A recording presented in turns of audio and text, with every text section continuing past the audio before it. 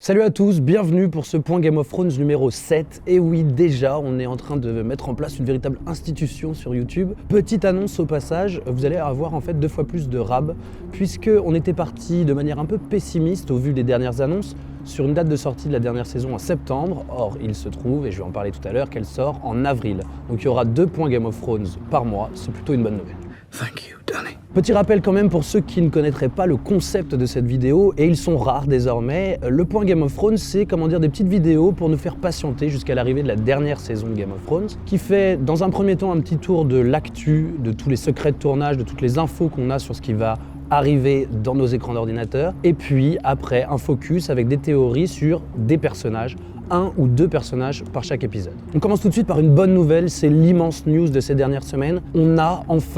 On se rapproche en tout cas d'une date officielle pour la dernière saison de Game of Thrones. C'est un peu par surprise que HBO nous a annoncé que la dernière saison de Game of Thrones débarquera bien en avril 2019, alors qu'on commençait à être pessimiste, comme je l'ai dit dans l'intro, qu'on se dirigeait plus vers un août ou un septembre. En fait, ça débarque vraiment en avril, on n'a pas encore la vraie date, je pense qu'elle sera délivrée au moment du véritable trailer, mais la hype est clairement là et on n'en pouvait plus d'attendre, donc ça tombe bien. Alors pour l'occasion, HBO nous a révélé non pas un vrai trailer, mais plutôt un condensé des images des saisons précédentes, pour nous rappeler en quelque sorte à quel point les personnages principaux en ont chié pour en arriver là, avec un slogan sous forme de hashtag For the Throne. Autre nouvelle en parallèle qui fait vraiment grimper à la hype, c'est une révélation de David Nutter, qui est un des metteurs en scène émérites de la série. Il a par exemple réalisé le Red Wedding, The Reigns of Castamere, l'épisode avec The Walk of Shame de Cersei. C'est vraiment un des pontes de l'univers Game of Thrones, qui nous a parlé de la durée des épisodes. On sait que c'est un gros sujet.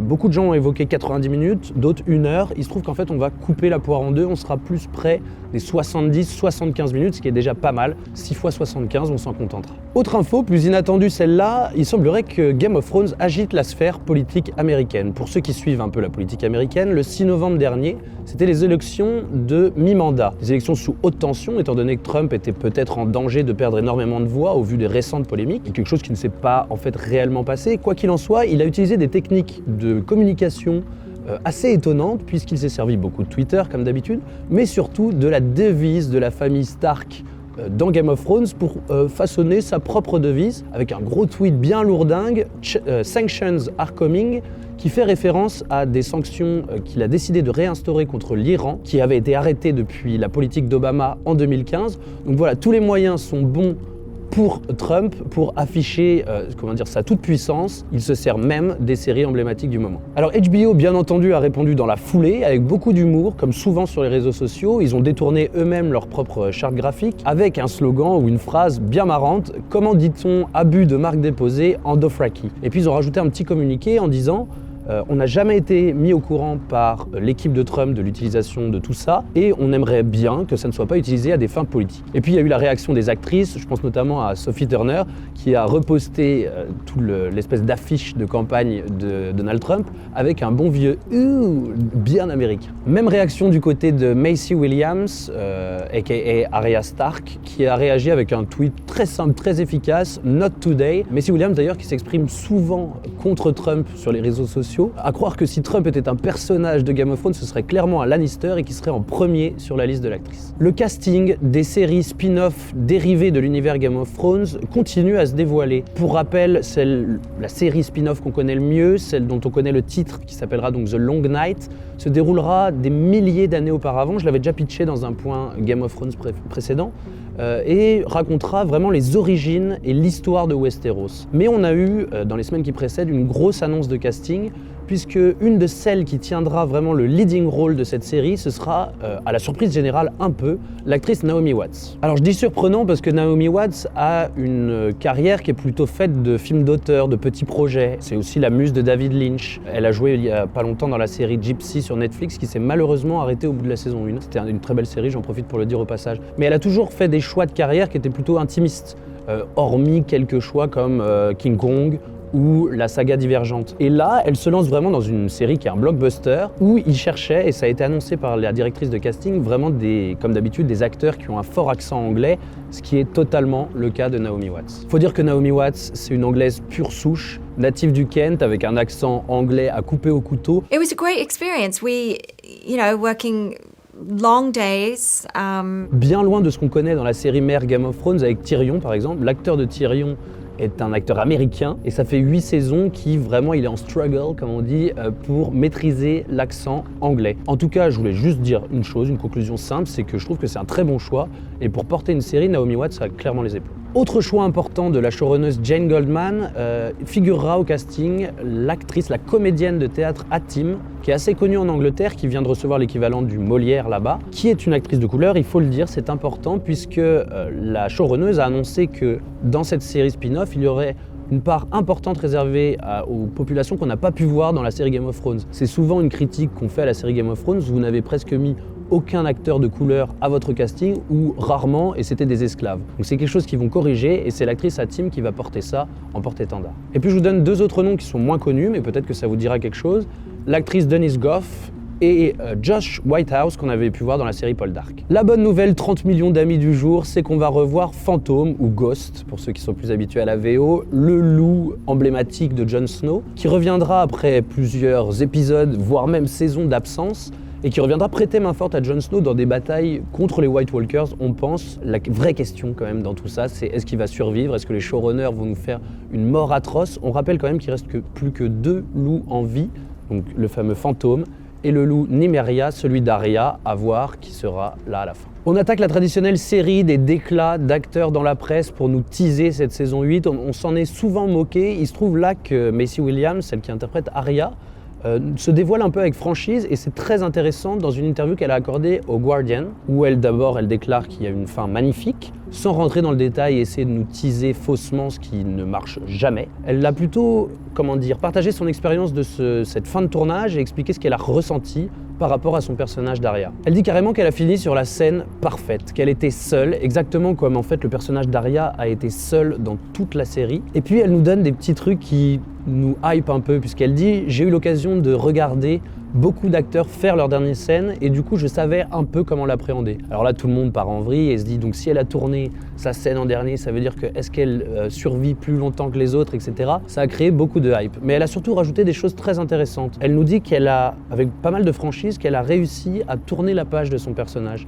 Qu'en fait elle avait épuisé tous les recoins de la personnalité d'Arya et donc elle avait fait le tour et que c'était normal de finir cette saga Game of Thrones et de finir l'histoire d'Arya. Autre déclat, je voulais pas trop en parler mais j'étais obligé au moins de l'évoquer parce que c'était drôle et c'est dans la tradition du teasing un peu foireux des acteurs de Game of Thrones. C'est une déclat de Sophie Turner, alias Sansa, qui a déclaré que la fin avait satisfait les acteurs pendant qu'ils tournaient mais que ça allait sûrement décevoir des fans et d'autres allaient être contents. Donc on est dans une classique déclaration nulle et inutile des acteurs de Game of Thrones. On découvre aussi plein de petites informations sur l'histoire même de cette saison 8 de Game of Thrones grâce au magazine Entertainment Weekly qui a tout simplement été invité sur le tournage de cette saison 8. On mesure combien ça a dû être difficile, combien les négociations ont dû être dures étant donné tout le système de sécurité et toutes les précautions qu'ont pris les showrunners et l'équipe de Game of Thrones pour sécuriser l'histoire. On sait d'abord que cette saison 8 s'ouvrira par un épisode qui se déroule à Winterfell. On pouvait s'y attendre, mais ce qu'on ne savait pas, c'est qu'en fait ils vont faire un jeu de miroir et des échos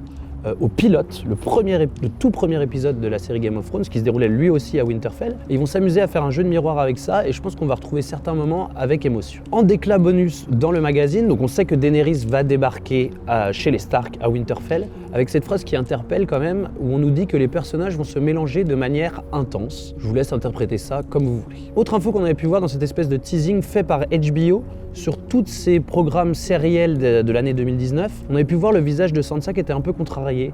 Or, c'est dit clairement dans le magazine Entertainment Weekly, elle ne sera pas vraiment ravie de voir que Daenerys et Jon Snow ont eu un rapprochement. Et puis on termine par la hype ultime, cet affrontement contre l'armée des morts. Ils en parlent longuement dans le magazine Entertainment Weekly, notamment l'acteur qui incarne Tyrion, qui nous dit tout simplement que à côté de cet affrontement, la bataille des bâtards passera clairement pour un parc d'attractions. On ne pouvait pas faire un point Game of Thrones sans évoquer la vie tumultueuse de l'acteur qui incarne la montagne. Il y a une très bonne nouvelle dans sa vie, à croire que la série Game of Thrones ne lui a pas servi de leçon, qu'il n'a pas regardé l'épisode du Red Wedding. Il s'est marié à une femme qui, comme lui, est passionnée de muscu, mais qui, comme lui, n'est pas grande puisqu'elle fait 1m58. Je vous laisse aller voir les images du mariage, c'est à hurler de rire. On peut désormais attaquer le focus sur le ou les personnages qu'on a choisis pour ce numéro du Point Game of Thrones. Alors pour ce numéro, on a choisi un couple étonnant, un couple spécial, puisque c'est Brienne et Tormund.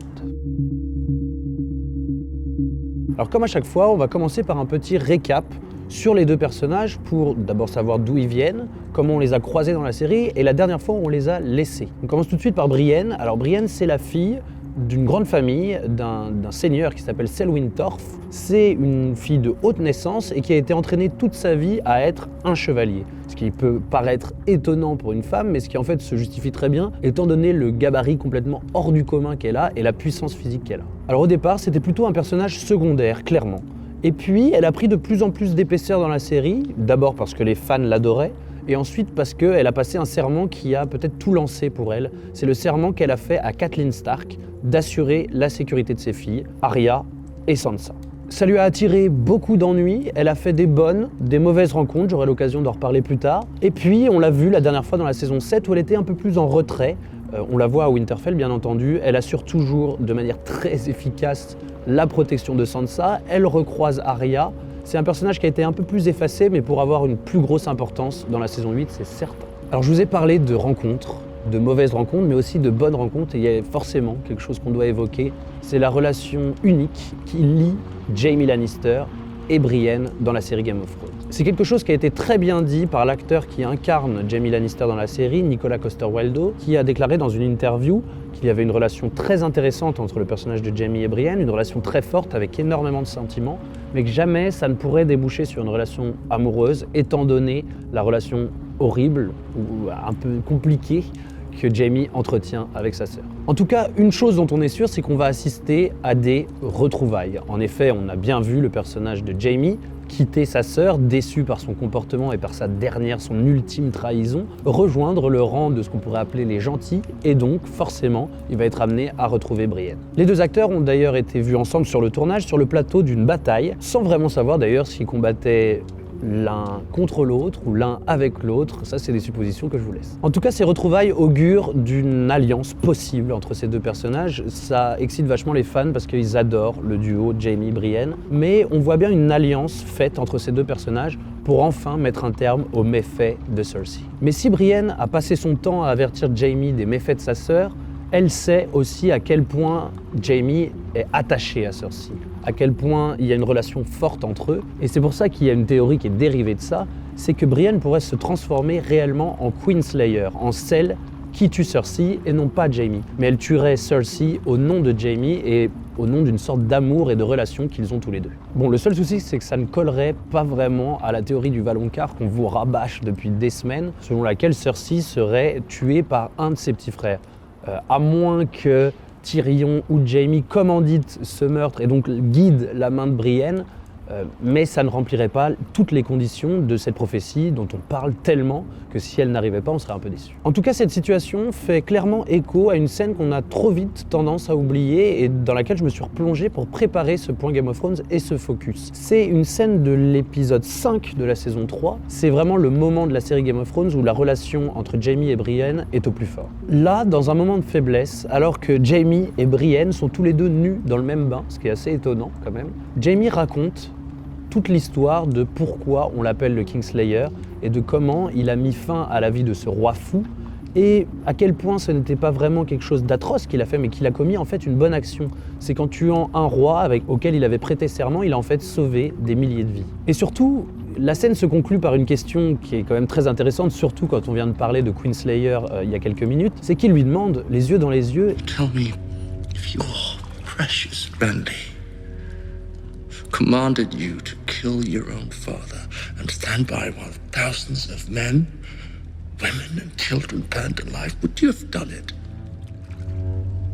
Would you have kept your oath then? » Est-ce qu'on va pas avoir un écho avec la saison 8 et la saison 3 ? Cette discussion, est-ce qu'elle va pas revenir sur le tapis ? C'est une question qu'on peut se poser. C'est vraiment deux personnages qui ont une relation intéressante, qu'on voit assez peu dans l'univers Game of Thrones, sur lequel on a du mal à mettre des mots, mais qui est passionnante. Ces deux personnages qui sont tellement différents, qui viennent peut-être d'un univers ou en tout cas d'une cellule familiale qui n'a rien à voir, et qui pourtant se complètent parfaitement, s'aiment tendrement, on ne sait pas encore de quelle manière, mais dans tous les cas, la saison 8 ne peut pas se dérouler sans qu'il y ait quelque chose de fort entre Jaime et Brienne. Alors j'ai dit quelque chose de fort, mais quelque chose de fort, ça peut être aussi quelque chose de plutôt mauvais qui se déroule entre eux. On a beaucoup parlé avec justement le changement de camp de Jaime, du fait que Jaime en fait pourrait très bien être le Azor Ahai, celui qui, par le meurtre de la personne à laquelle il tient le plus, pourrait devenir le Azor Ahai et se révéler dans toute sa puissance. Il se trouve que sur Reddit, il y a un utilisateur qui a très clairement dit que depuis la trahison de Cersei,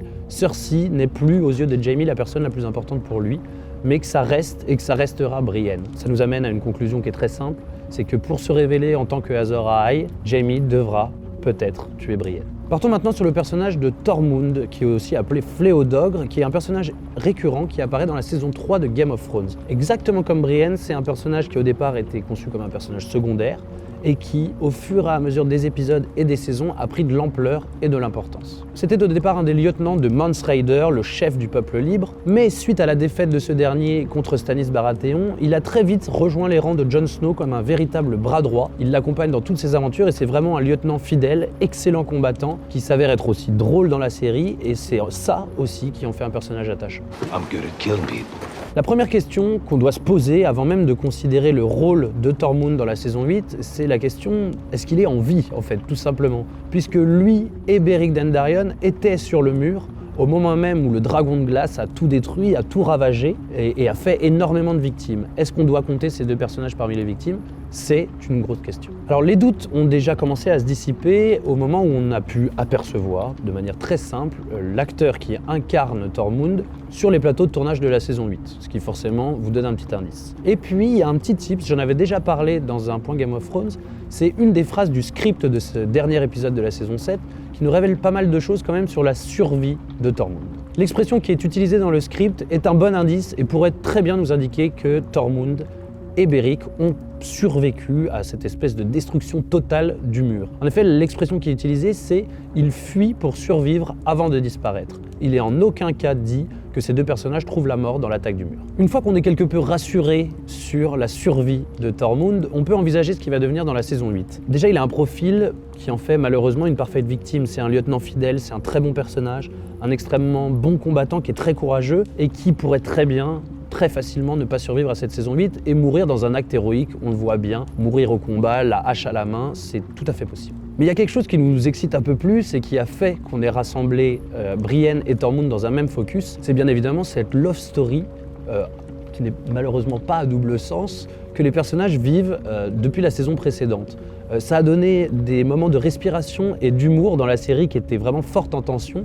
C'est vraiment les moments où Brienne et Tormund étaient rassemblés ensemble devant la caméra. Tormund qui, on le voit, est clairement un sauvageon, qui est clairement pas des habitudes de séduction classiques, qui utilise des sortes de regards à hurler de rire pour séduire Brienne, qui le regarde d'une manière hallucinée. C'est vraiment quelque chose qu'on a envie de voir se perpétuer dans cette saison 8, au moins pour le jeu comique, pas forcément que ça se réalise parce que ce serait très bizarre, mais c'est une affaire à suivre et on a encore envie de se marrer avec eux. Et puis il y a une autre théorie, une dernière théorie concernant Tormund qui circule sur Reddit et qui le lierait à un tout autre personnage, et là ce serait à la fois une relation étonnante, mais ce serait quand même un des meilleurs duos en termes de potentiel caractère et de comique de la série. Un des autres surnoms de Tormund, c'est celui d'époux d'ours. On n'a jamais vraiment compris pourquoi ce personnage s'appelait comme ça. Il a déjà raconté avoir en fait dans une nuit d'alcoolisme incroyable erré dans la neige, etc., être tombé sur une sorte de femme et d'avoir couché avec elle et de s'être réveillé en fait à côté d'une peau d'ours, vraiment d'un ours, et donc se poser la question très sincèrement du fait que est-ce que bourré j'ai pas dérapé et j'ai pas fait l'amour avec un ours. Il se trouve qu'un autre personnage a un surnom qui est lié aux ours, puisqu'il y a la fameuse Lady Maege Mormont, ce nom vous dit quelque chose, de Bear Island, qu'on surnomme l'ours, pour son caractère, mais aussi pour une histoire qui lui est arrivée et une légende qui tourne autour d'elle. Située près du mur, Bear Island était souvent confrontée aux attaques des sauvageons. C'est d'ailleurs pour ça que les femmes de ce clan ont appris à se battre, mais ce qui explique aussi pourquoi une rencontre entre Tormund et Lady Maege est tout à fait possible, puisqu'ils étaient exactement dans les mêmes endroits et qu'ils combattaient peut-être l'un contre l'autre. Mais c'est surtout autre chose qui nous interpelle, c'est que cette fameuse Lady Maege Mormont, elle a un passif balèze en fait. Elle a carrément 5 enfants, de pères différents et surtout de pères inconnus. Et une légende traîne autour de toutes les femmes de cette famille, c'est qu'elles se déguisent en ours pour séduire les pères de leurs enfants. À ce moment-là, vous voyez le dessin, les choses se rapprochent et on peut comprendre que c'est Tormund et cette fameuse Lady Maege qui ont consommé ensemble et qui ont donc fait un enfant. Or, il se trouve que dans la série, il y a une des filles de Lady Maege qu'on voit bien, que le public apprécie beaucoup. C'est la fameuse Lyanna Mormont. Vous savez, cet enfant qui est devenue la chef de la famille Mormont à cause des victimes de cette guerre et qui est cette fille qui a un caractère incroyable. Et le rapprochement a été très vite fait par les utilisateurs de Reddit en disant est-ce que cette Lyanna et Tormund ne seraient pas en fait fille et père, et donc il y aurait une relation à nouer dans la saison 8 et vraiment un duo incroyable à former. Voilà, je pense qu'on a fait le tour à la fois sur les infos de tournage qu'on a pu dégoter, sur les infos sur l'histoire de cette saison 8 et puis sur le focus sur deux personnages qu'on adore, Brienne et Tormund. Si vous avez d'autres théories, si vous avez d'autres infos qui circulent, si vous n'êtes pas d'accord avec telle ou telle chose, n'hésitez pas à nous mettre en commentaire, on en discutera. On se retrouve très bientôt pour de nouvelles vidéos, pour de nouveaux points GOT, puisque je vous dis qu'on va revenir plus souvent avec ce format que vous adorez et on le sait. Il ne vous reste plus qu'à m'envoyer du love, à vous abonner, à liker, à commenter. On se retrouve très bientôt. Ciao.